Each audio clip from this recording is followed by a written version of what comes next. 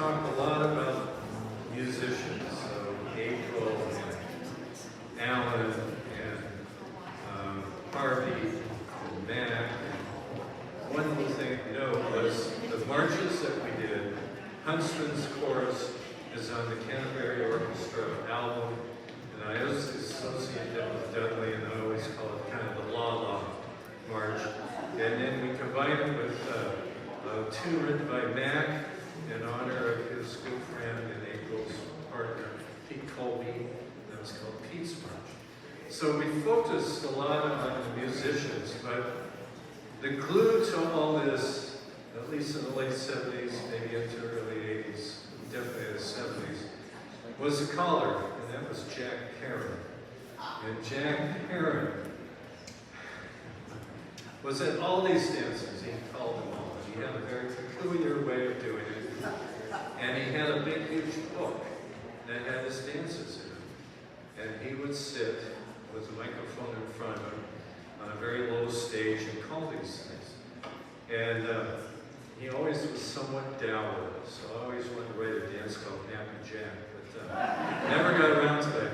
But the sad thing is he lost, someone stole his book out of his car, and he quit calling. So, but he hangs out at Nelson. So if you see him, tell him I tell this story, and hopefully it's true. Okay. Face down, and we're going to, I would be remiss not to call Lady of the Lake, wouldn't I? So that's what we're going to do. And I'm not going to teach it, but I will call it. Okay. Face your neighbors. I will give you a little hint that starts with a balance of swing your neighbors. So.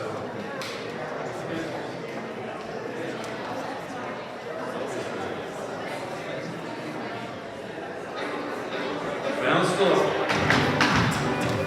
And switch.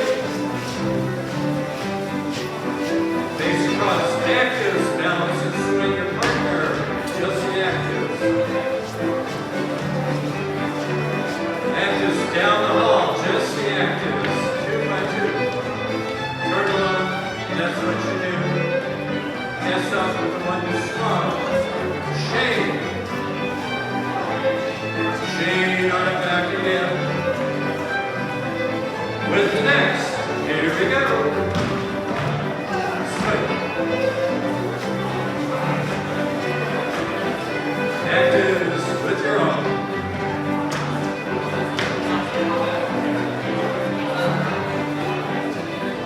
Actives down